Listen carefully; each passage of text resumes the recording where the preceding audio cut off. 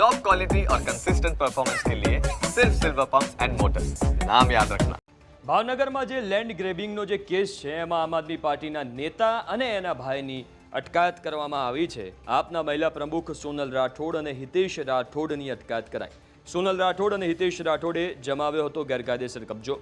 Civil hospital સામે આવેલા BIMS hospital પાસે કબજો કર્યો હતો। જગ્યાના માલિકે 30 ડિસેમ્બરે કલેક્ટર કચેરીથી થયેલા હુકમને લઈને કરી હતી ફરિયાદ।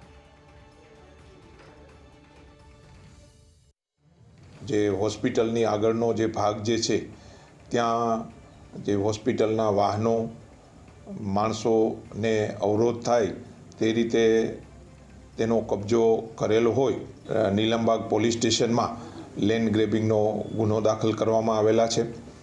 આ કામે સ્થળની વિઝિટ લઈ પંચનામું કરી લાગતા વળગતા સાહેદોના નિવેદન લેતા આ હુકમને સમર્થન મળેલ હોય, જેથી આજે આ બંને આરોપીઓને પોલીસ દ્વારા અટક કરવામાં આવેલા છે।